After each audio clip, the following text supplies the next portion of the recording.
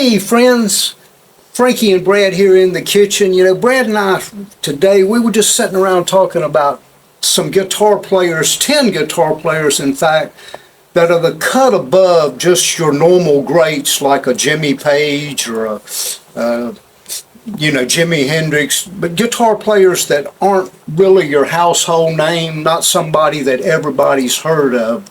Brad, kick us off. Well, the first name I can think of, Eric Johnson.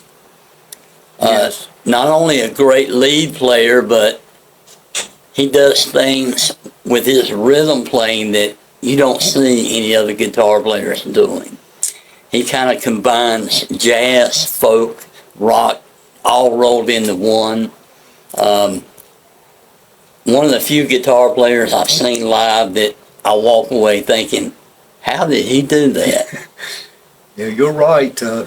He humbles many of the best, and he's recognized as one of the best by the best. But it's not a household name. That's true. A lot of people have never heard of Eric Johnson. Another one comes to mind, Gary Moore, another Great player. Not a household name.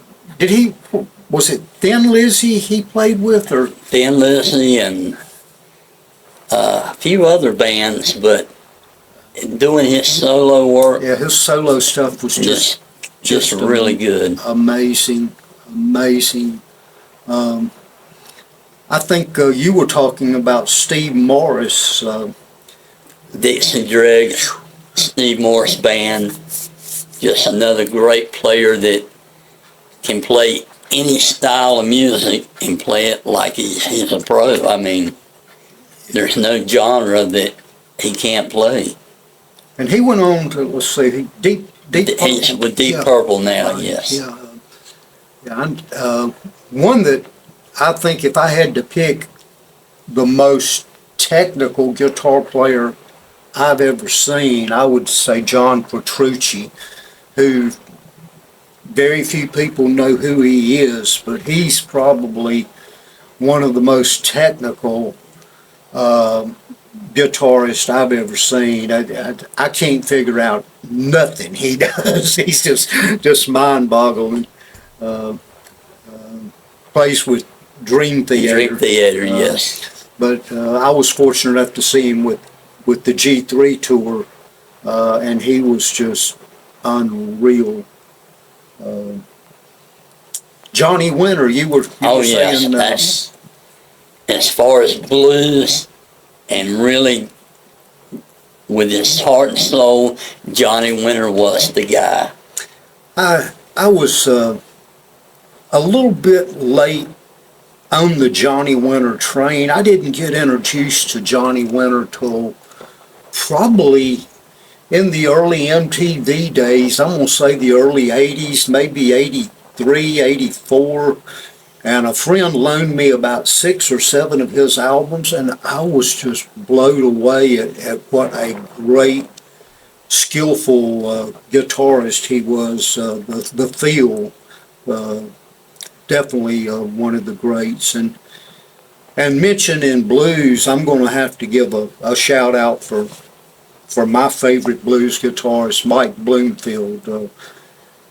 Not somebody that most people have heard of. He played with many bands in the 60s and 70s. Mike Butterfield Blues Band. Yeah. He dealt with alcoholism and drug issues all of his life, and his life was cut short, ODing on alcohol and barbiturates. But Mike Bloomfield, he also played with Dylan. I forgot about sure that. Did. He was Dylan's guitarist, and he played keyboards on some Dylan song of Positively 4th Street. He played keyboards. And you were mentioning the Steve Hillage? Steve Hillage, produced by Todd Rungren. Todd Rungren's group, Utopia, actually were his backup group on his first album, L. Great album. If you haven't heard it, check it out.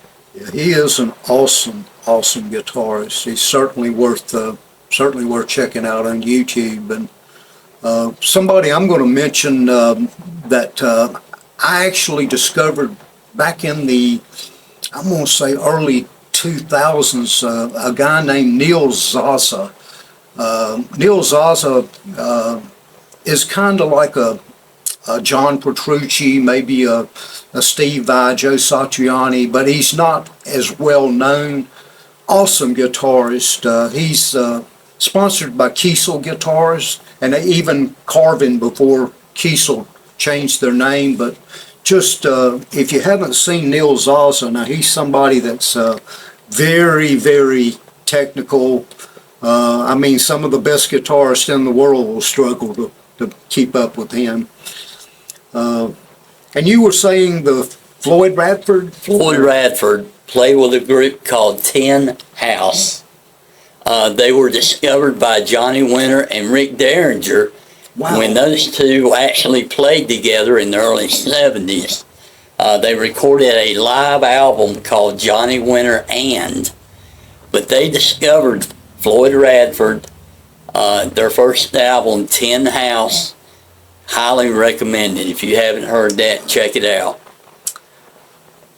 Definitely should. I actually was looking at some of that today. It's just absolutely, it humbles me. Wow, what can I say?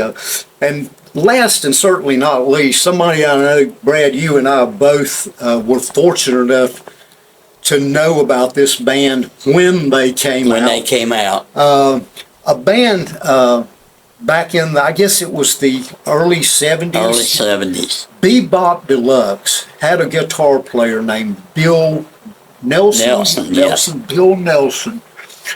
Honest to God, if go out and buy the first Bebop Deluxe album or CD.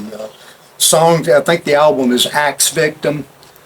Some of the greatest hard rock metal songs that I've ever heard in my life.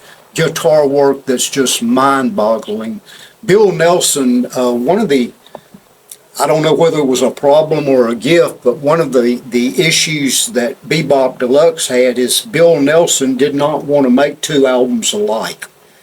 And his first album was pretty much a hard rock metal album, and then the second album was progressive rock, and the third album went another direction, and the record companies literally had a lot of trouble marketing their stuff. Yeah. And then Bill Nelson, over a period of time, got to the point that he just wanted to do solo stuff, and went on to do a lot of solo stuff. But he was kind of like a Frank Zappa. He could pretty much get out there, but his skill set was second to none. Yes, a very good writer.